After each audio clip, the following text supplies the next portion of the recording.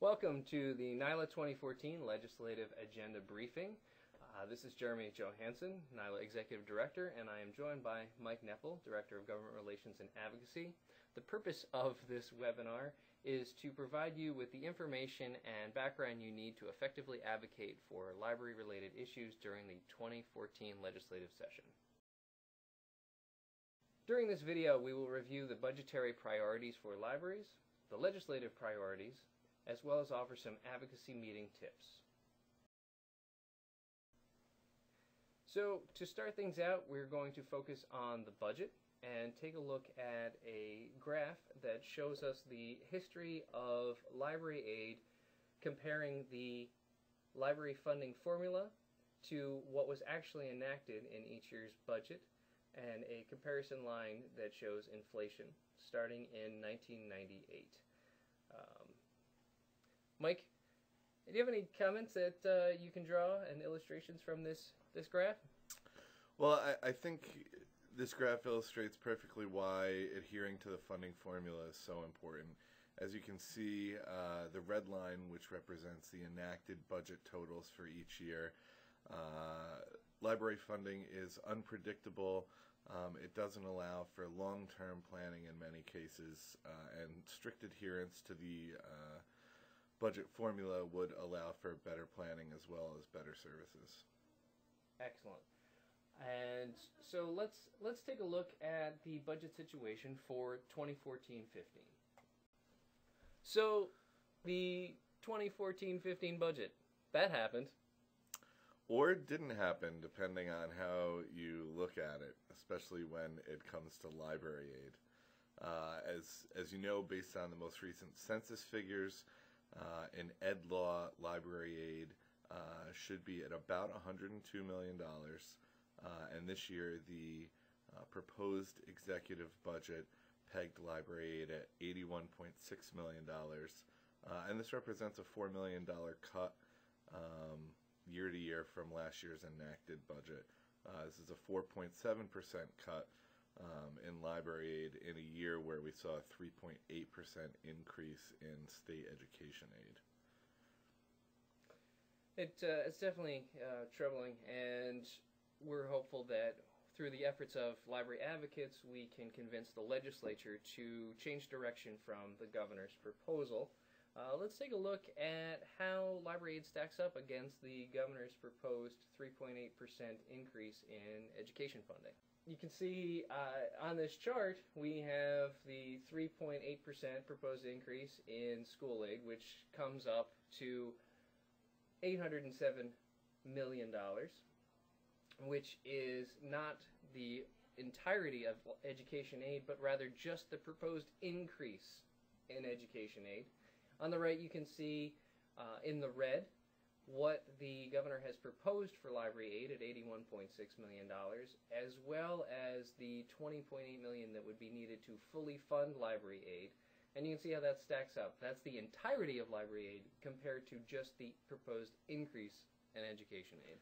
And I think that's an important point to drive home, is that the total education aid package for this year is coming in at about $22 billion. And as you mentioned, this is an $807 million increase in school aid in a year where we could not retain, in the governor's budget, we could not retain the $4 million legislative add from the previous year.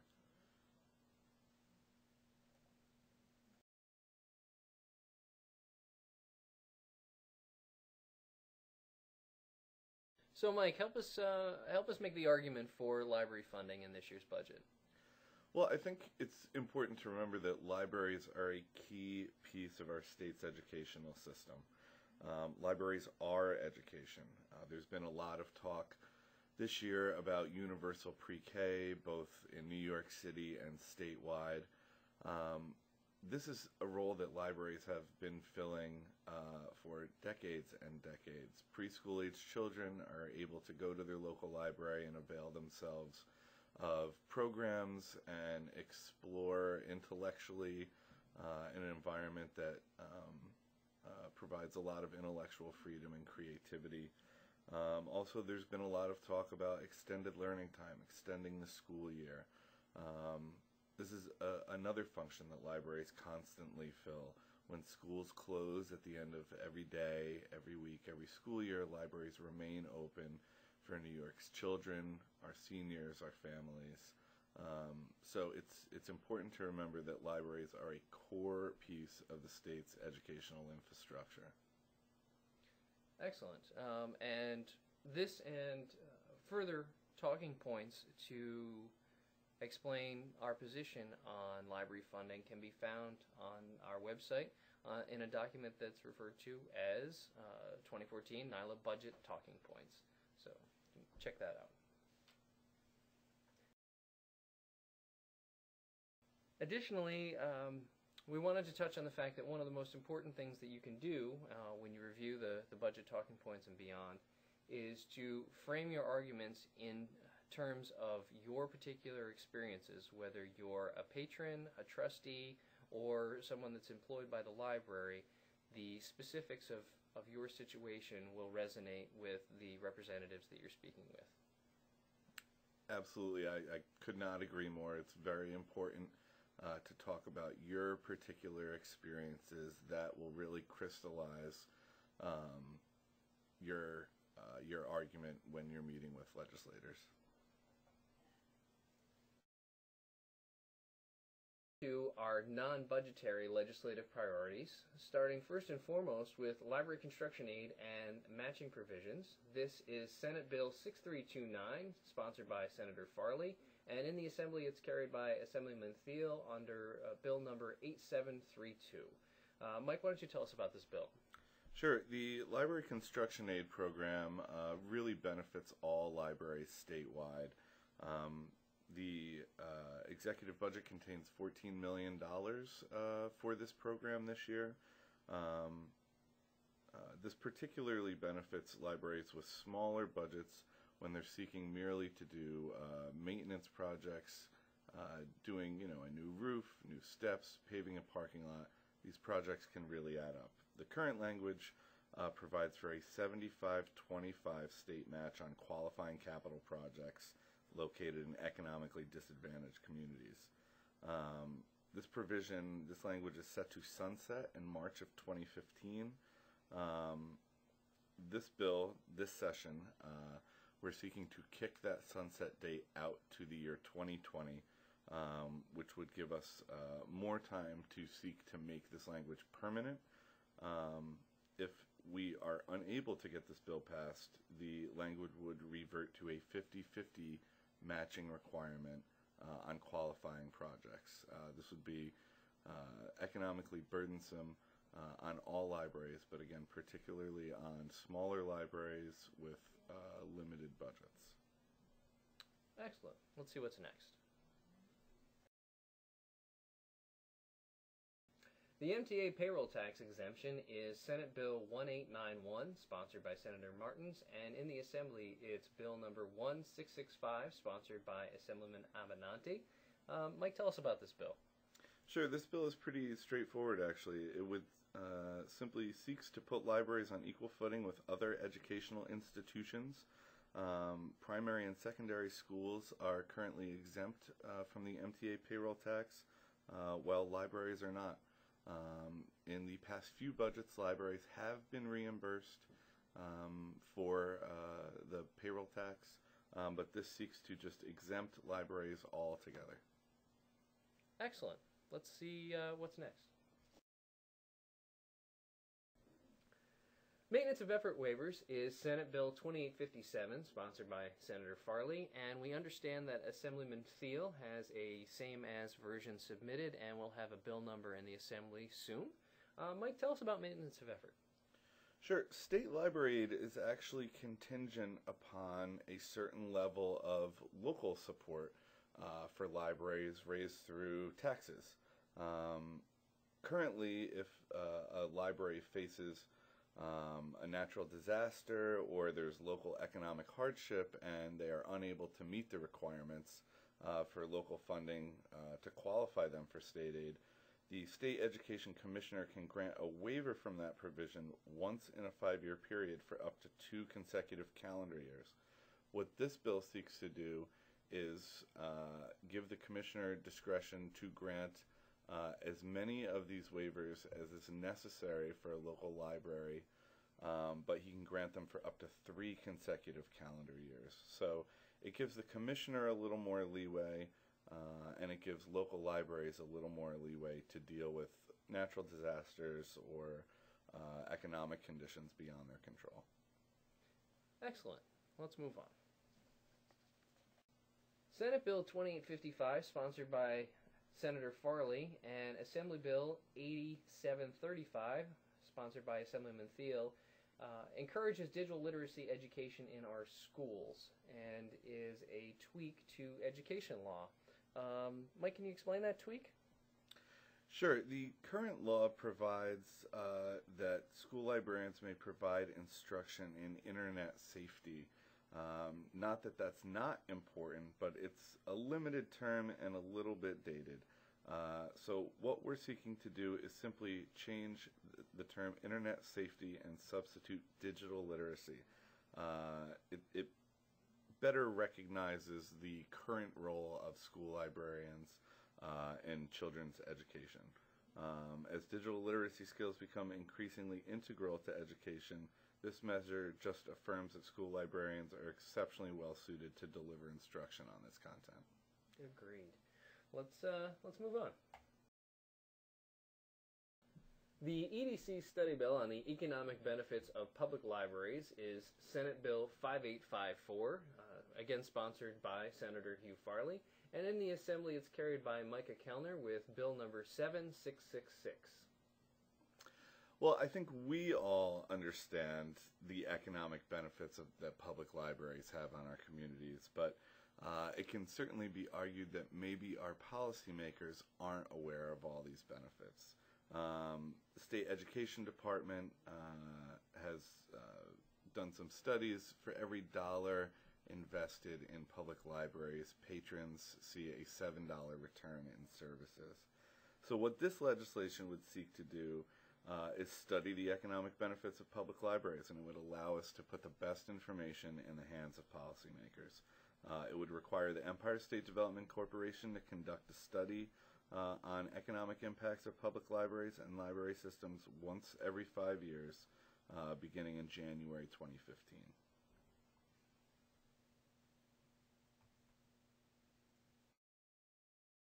Recognizing the importance of a certified school library media specialist at every level of education, NYLA is returning a bill to our agenda that will require that there be a certified specialist in all schools. Yes, we're working for the first time in 6 years to have a bill put in on this issue. Currently, elementary schools are not required to staff a certified school library media specialist, and secondary schools are only required to do so in the Commissioner's education regulations. And as we have seen statewide, those regulations are consistently violated. So we're seeking to get those codified in law rather than just have them be in state regs. This will likely be a multi-year project for NYLA, as this is a significant legislative accomplishment to work toward, and we look forward to making slow but steady progress on this very important issue.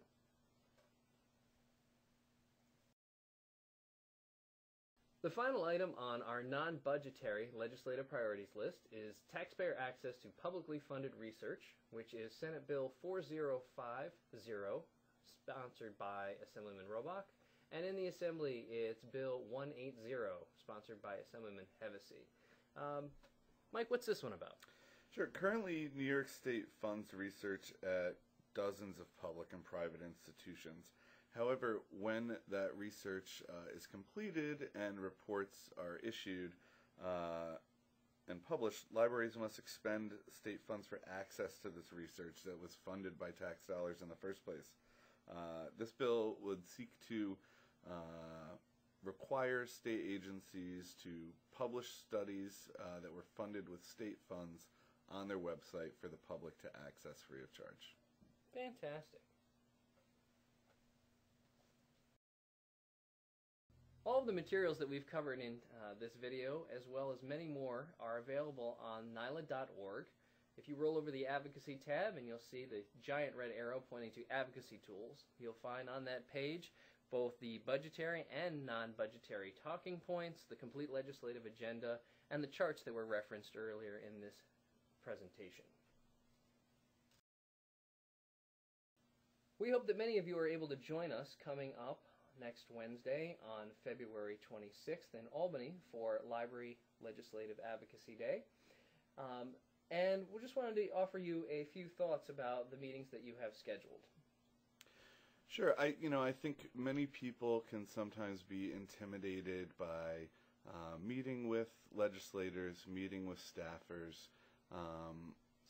Again, I would just like to reinforce that as long as you're talking about your experiences at your library, it's something very comfortable, it's something you know very well. And we should also stress that some of the legislative items that you might not be entirely comfortable talking about, that's fine. We really are seeking to influence the budget process here. So the more you can talk about the budget and bring the conversation back to the budget and library aid, the better. And I also should probably mention that just because you don't meet with the actual member, with the legislator, you shouldn't get disappointed. In many cases, meeting with the staff is even more effective than meeting with the member. So if you end up meeting with a legislative director or another staff member, it's no reason to not take the meeting as seriously or feel like you're getting brushed off. Absolutely. Because we all know you can hold the attention of a legislative director for a few more minutes than some of the members. Exactly. In the event that you're not able to get to Albany, there's still the option to make visits to your local district offices, and you can find that information via the NYLA website and find out where your local offices are. But even if that's not going to fit within your schedule, there's still plenty of opportunities for you to get involved and to serve as an advocate for the library community. NYLA's website offers the quick and easy opportunity to send a pre-drafted letter to your elected representatives, and by punching in your address, the system will automatically find your representatives and deliver the email directly to their inbox. So we ask that if you haven't already done so, please make sure you take that opportunity, and you'll see calls out from NYLA when those opportunities come available frequently. So it's a quick and easy thing that you can do. And in the age of social media, there's more opportunities for you than ever before to just do what you can do directly from your library or from your couch. You can post information about NYLA's agenda and what we're looking to accomplish on your Facebook wall, and we even have some pre-drafted tweets that you could send out if you're a Twitter user, helping us to expand the message out to the millions of library patrons across New York State. By raising as many voices as we possibly can, we'll make our message heard. I want to thank you all for your time today in taking a look through and brushing up on the legislative agenda, and offer up our contact information and invite you to contact us if you have questions or comments about the legislative agenda. And again, thank you all for adding your voices and your efforts to improve library funding and improve legislation that impacts the library community.